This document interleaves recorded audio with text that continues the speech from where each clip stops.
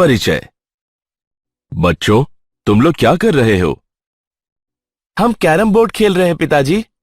वाह, ये तो बहुत अच्छी बात है। क्या मैं तुमसे कुछ पूछ सकता हूं? क्यों नहीं पिताजी। क्या तुम जानते हो इस गेम में कौन सी गति घटित हो रही है? हाँ, एक सीधी रेखा में गति।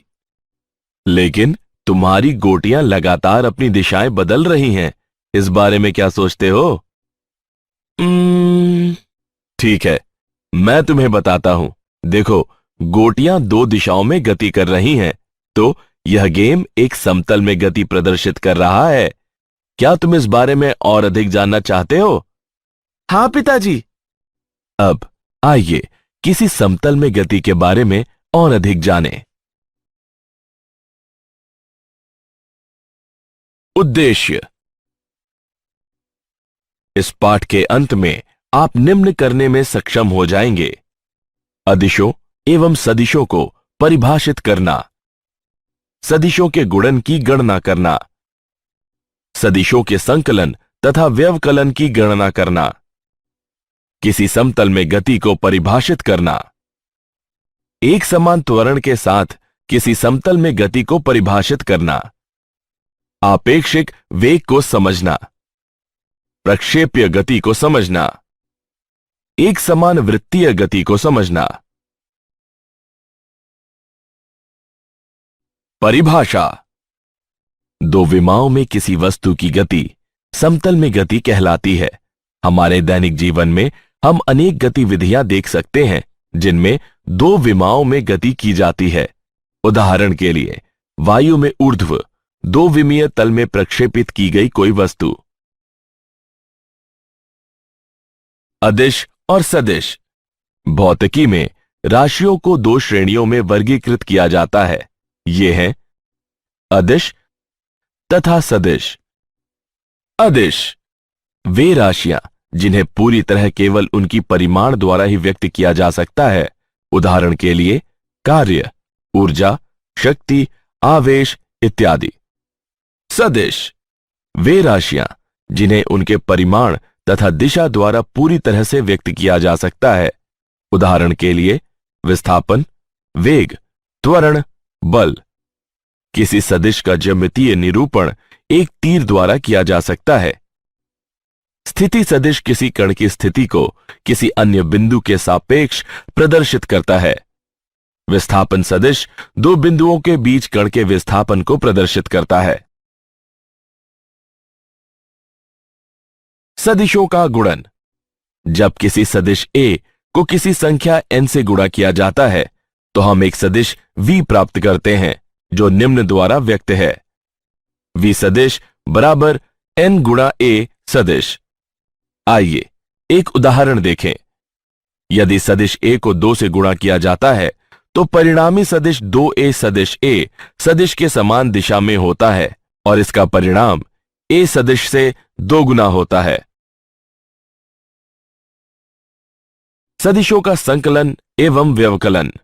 सदिश का योग 3 नियमों की सहायता से किया जाता है। त्रिभुज नियम। सदिशों a और b का योग है r सदिश बराबर a सदिश धन b सदिश। समांतर चतुर्भुज का नियम। यदि दो सदिश किसी समांतर चतुर्भुज की दो आसन्न भुजाओं के परिमाण एवं दिशा द्वारा व्यक्त हैं तो उनके परिणाम उभयनिष्ठ कोने से गुजरते विकर्ण द्वारा व्यक्त होंगे। बहुभुज नियम। यदि किसी बिंदु पर कार्य करते सदिशों की संख्या एक बहुभुज की भुजाओं द्वारा प्रदर्शित चक्रीय क्रम में है तो विपरीत दिशा में बहुभुज की बंद भुजा उनके परिणाम प्रदर्शित करेगी। सदिशों का व्यवकलन। व्यवकलन की प्रक्रिया ऋणात्मक चिन्हों के साथ योग वाली प्रक्रिया के रूप में देखी जा सकती है। सदिशों का वियोजन। वियोजन का अर्थ घटक भागों में विखंडित करने से है। वियोजन की प्रक्रिया सदिश संकलन के विपरीत होती है। अब घटक क्या होते हैं? यदि किसी सदिश को अनेक सदिशों में वियोजित किया गया है जिनका सम्मिलित प्रभाव दिए गए सदिश के प्रभाव के समान है तो वियोजित सदिश दिए गए सदिश के घटक कहलाते हैं।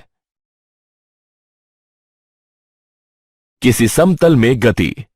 आइए सदिशों के उपयोग द्वारा विमाओं की गति का अवलोकन करें। स्थिति सदिश एवं विस्थापन। किसी समतल में स्थित कण P का XY निर्देश तंत्र के मूल बिंदु के सापेक्ष स्थिति सदिश R को निम्न समीकरण से व्यक्त करते हैं।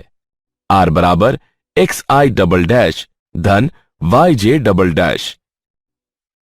माना कि एक कण वक्र पर चलता है और किसी क्षण t पर इसकी स्थिति P है और दूसरे अन्य क्षण t डैश पर इसकी स्थिति P डैश है, तो इसका विस्थापन निम्न होगा। डेल्टा R बराबर R डैश माइनस R। मानों को प्रस्थापित करने पर हम पाते हैं कि डेल्टा R बराबर I double dash delta X धन J double dash delta Y। एक आयाम में किसी वस्तु का वेग और त्वरण सदैव उसकी सीधी रेखा के अनुदिश रहता है। हालांकि 2 या 3 विमाओं में गतियों के लिए वेग एवं त्वरण सदिशों के बीच 0 डिग्री और 180 डिग्री के बीच कोई भी कोण हो सकता है। किसी समतल में एक समान त्वरण से गति। आइए इसे समझने के लिए एक उदाहरण देखें। एक वस्तु XY तल में चल रही है और इसका त्वरण a स्थिरांक है।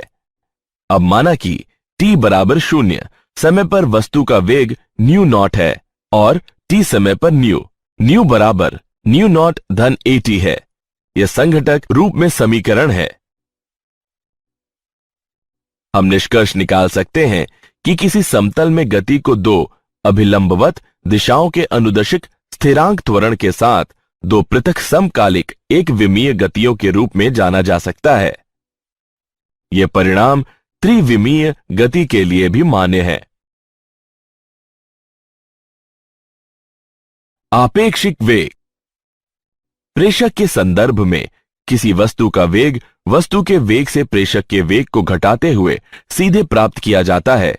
वेगों को सदिशों द्वारा प्रदर्शित किया जाता है और वे सदिश विधि से घटाए जाते हैं।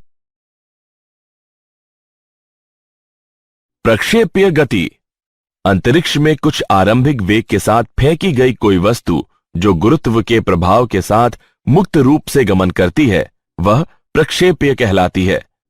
उदाहरण के लिए किसी विमान से गिराया गया कोई बम, किसी बल्लेबाज द्वारा प्रहार की गई क्रिकेट की गेंद। थीटा नॉट कोण पर वेग न्यू नॉट के साथ प्रक्षेपित की गई एक वस्तु को चित्र में प्रदर्शित किया गया है। किसी प्रक्षेप्य का पथ परवलयी होता है। प्रक्षेप्य का उड्डयन काल है TF बराबर 2 new not sine theta naught बटे जी। प्रक्षेप्य की अधिकतम ऊंचाई है HM बराबर new not sine theta naught वर्ग बटे 2g। किसी प्रक्षेप्य द्वारा अपनी आरंभिक स्थिति से अपने गिरने के दौरान y बराबर 0 वाली स्थिति से गुजरने तक चली गई क्षैतिजिक दूरी क्षैतिज परास कहलाती है।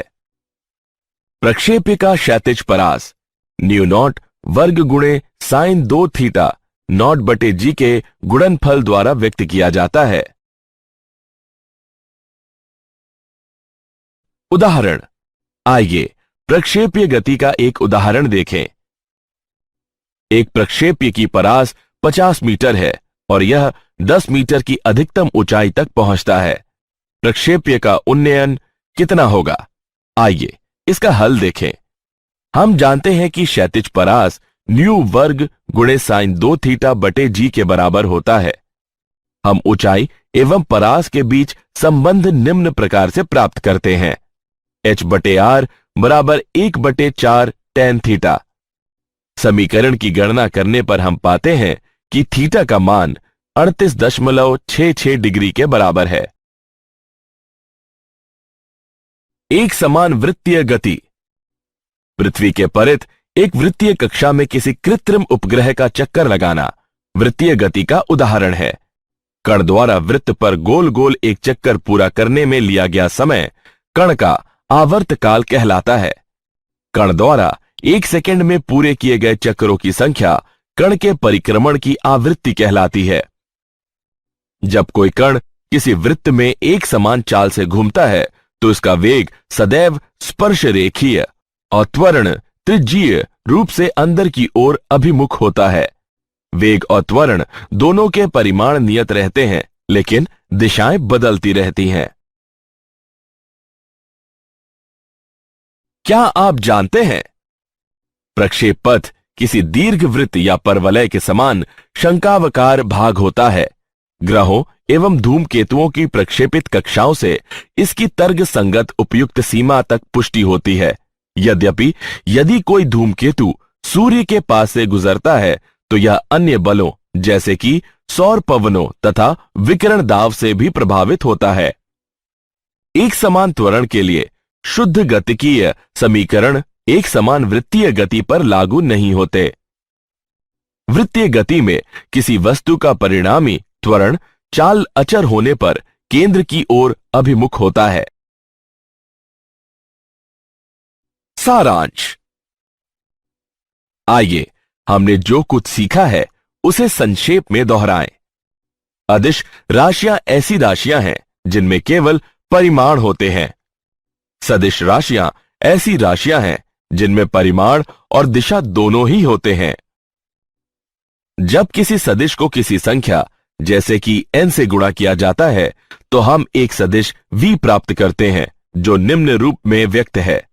v सदिश बराबर n गुणे a सदिश। व्यवकलन की प्रक्रिया को ऋणात्मक चिन्ह के साथ संकलन के रूप में देखा जा सकता है।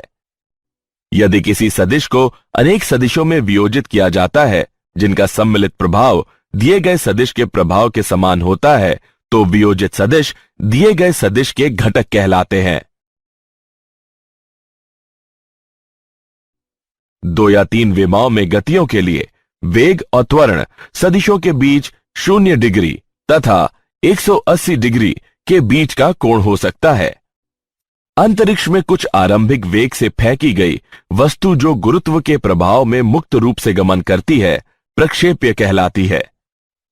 जब कोई कण किसी वृत्त में एक समान चाल से घूमता है तो इसका वेग सदैव स्पर्श रेखीय और त्वरण त्रिज्यीय रूप से अंदर की ओर अभिमुख होता है।